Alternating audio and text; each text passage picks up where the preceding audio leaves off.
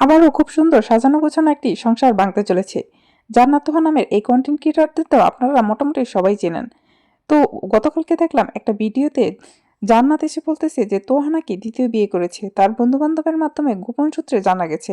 দুই দিন যাবৎ তাদের কোনো কন্টেন্ট আসতেছিল না এবং তার 2 দিন যাবৎ কোনো খোঁজখবর পাচ্ছিল না। হঠাৎ করে বাসায় এসে দেখে যে তোহা আরেকটি বিয়ে করে ফেলেছে এবং সেখানে সে বাসার ঘর সাজিয়ে বউকে নিয়ে বসে আছে। এবং সেখানে এসেই জান্নাত তোহাকে কর দিল এবং ভিডিও করতেছিল। বারবার ভিডিও করতে নিষেধ করা হচ্ছিল, বলতেছিল যে তুমি ভিডিও করো না, জান্নাত দেখো আমরা এটা বসে একসাথে পরামর্শ করে সবকিছু ঠিকঠাক করে নিব। কিন্তু তোহা জান্নাত অনেক কান্নাকাটি করতেছিল এবং বলতেছিল যে দেখেন আপনাদের কাছে সব প্রুফ দিব যে ও আমাকে গত 5টা বছর যাবৎ কত মারধর করছে, কত অত্যাচার করছে, কিন্তু আমি সহ্য করে নিছি।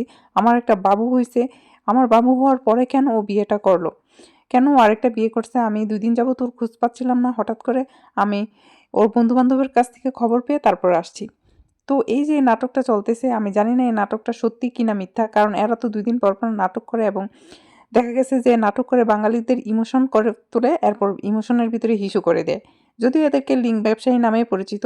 এরা জানেন এর আগে একটা তাদের খারাপ লিঙ্ক ভাইরাল হয়েছিল।